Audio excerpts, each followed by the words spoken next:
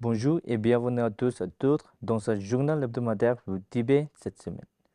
Je suis Pema Sawang avec une nouvelle édition d'actualité sur le Tibet, sa sainteté, le Dalai Lama et l'administration centrale tibétaine. Voici les titres de cette semaine.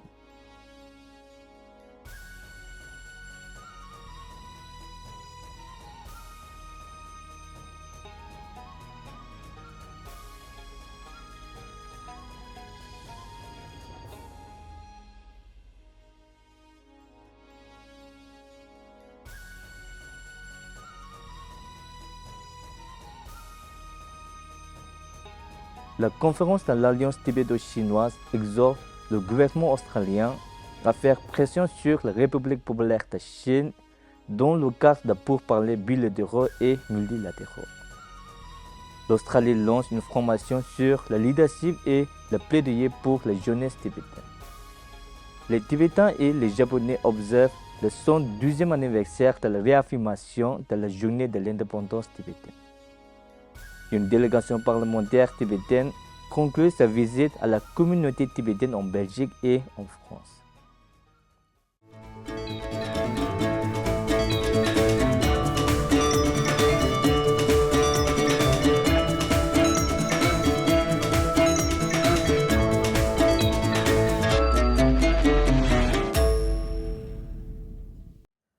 Le 9 février, sa sainteté a dirigé une prière au monastère de Tashi Lhompo, honorant le dévouement de son frère Gyalo Dundrup à la lutte pour la liberté du Tibet et priant pour qu'il renaisse rapidement en tant que Tibétain afin de continuer à servir le Tibet. Les dirigeants et dignitaires de l'administration centrale tibétaine, y compris le Sejong, le président et les ministres, ont assisté à des services de prière rendent hommage à la contribution de l'ancien Khalnul Tripa tout au long de sa vie. L'administration centrale tibétaine s'est réunie pour une prière à Dharamshala.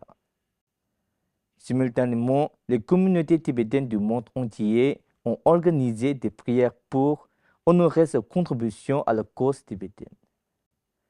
Gyalo Dundrup est décédé le 8 février dans sa résidence à Kalimpong à l'âge de 97 ans. Né en 1928 à Tarzan dans l'Amdo, il a étudié à Nanjing en Chine où il a rencontré les principaux dirigeants chinois dont Chiang Kai-shek. En pleine révolution communiste, il a quitté la Chine en 1949 et s'est installé à Kalimpong en Inde en 1952. Il a consacré sa vie à défendre l'indépendance et l'autodétermination du Tibet. Il a joué un rôle crucial en obtenant le soutien de l'Inde et des États-Unis, en recrutant des combattants tibétains formés dans des camps américains sous l'égide de la CIA, en facilitant l'adoption de 3 résolutions des Nations Unies sur le Tibet 1959, 1961 et 1965. Gyalo Dundrup a travaillé en étroite collaboration avec des fonctionnaires indiens et américains et dont sa sainteté le Dalai Lama a s'enfuit en Inde en 1959 et renforçant les liens diplomatiques tibétains. En 1979, il a entamé des pourparlers avec Deng Xiaoping, ouvrant la voie au futur dialogue sino-tibétain sur la résolution de la question du Tibet. Il a été Khalnul Tripa du 9e Kashak et le ministre de sécurité du 10e Kashak, consacrant sa vie à la lutte pour la liberté du Tibet. Le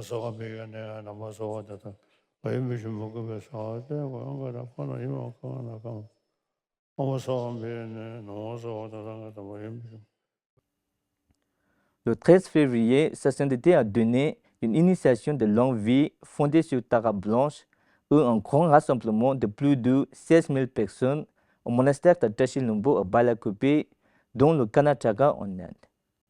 Le 12 février, des prières de longue vie ont été offertes à sa sainteté le Dalai Lama au monastère de Tashi Lhompo. La cérémonie comprenait des prières traditionnelles, des offrandes et des chants pour la longue vie de sa sainteté. Le maître de Vajra, Zijab Tulku, et les moines de Tashi Lhompo ont présenté un mandala et des objets sacrés suivi de prières de longue vie composées par les deux tuteurs de sa sainteté. Sa sainteté, le Dalai Lama, s'est adressé à l'Assemblée en exprimant sa gratitude pour les prières de longue durée et en reconnaissant ses profonds liens karmiques avec le monastère et les anciens Dalai Lama. L'abbé Dzegyab Dröge a rendu hommage à sa sainteté, louant son dévouement inébranlable au Tibet et à tous les êtres malgré les difficultés. Pour marquer ce 90e année, le monastère a sauvé la vie d'animaux, offert une statue en or et en argent de Gyalwa Gindu Dröge et présenté une collection de 29 volumes sur la vie des Dalai Lama. Un livre en l'honneur de sa sainteté, écrit par les étudiants du monastère, a également été offert. Au cours de son séjour de près de 2 mois, sa sainteté a accordé des audiences, ordonné des moines, présidé des prières et assisté à grand départ. L'abbé a exprimé sa profonde gratitude pour son soutien dans le rétablissement du monastère en exil et a prié pour sa longue vie et ses futures visites. Le 11 février, Sejong Penpa Tsering est arrivé à Bangalore pour sa visite officielle dans les colonies tibétaines du sud de l'Inde.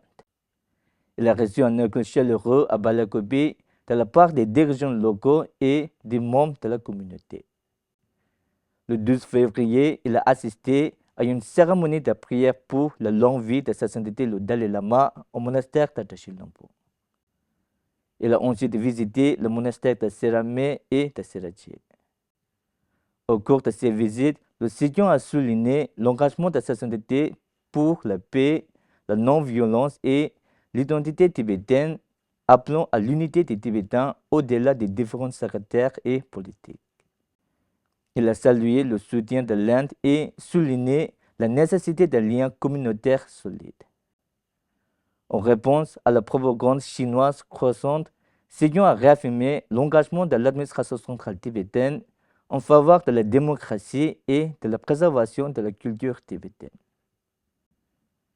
Le 9 février, l'ancienne prisonnière politique tibétaine Namgyal est arrivée à Genève pour participer au sommet de Genève 2025 et défendre la cause du Tibet avant la 58e session du Conseil des droits de l'homme des Nations Unies. Une campagne de sensibilisation de 5 jours a inclus des réunions avec des fonctionnaires du Haut Commissariat des Nations Unies aux droits de l'homme, des missions permanentes des Nations Unies et des reportages spéciaux. Des ambassadeurs des Nations Unies, plus ou moins importants, ont exprimé leur soutien au Tibet. Certains s'engagent même à apporter un soutien diplomatique discret. Namgyal ainsi que le représentant suisse Thile Chögye, Tukdenki, chef de la section plaidoyer du département de l'information et des relations internationales, et Phunso Tobgye, responsable des activités de plaidoyer des Nations Unies, ont rencontré des représentants de CIP et d'autres réunions sont prévues. La campagne visait à mettre en lumière l'oppression de la Chine au Tibet et à influencer les politiques futures des Nations Unies.